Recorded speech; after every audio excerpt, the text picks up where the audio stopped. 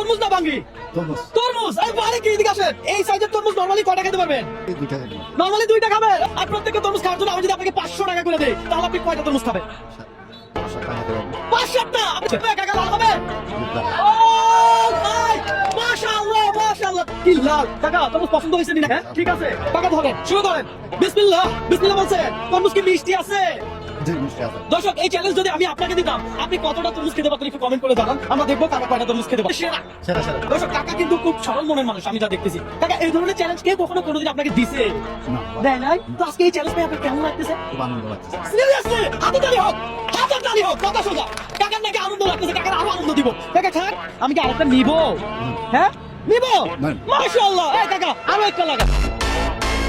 তরমুজ আরেকটা রেডি। খান, আস্তে ধীরে খান। আমি কি আপনাকে কোনো সময় দিছি? কোনো সময় তো দেই নাই, আনলিমিটেড। আস্তে ধীরে খান।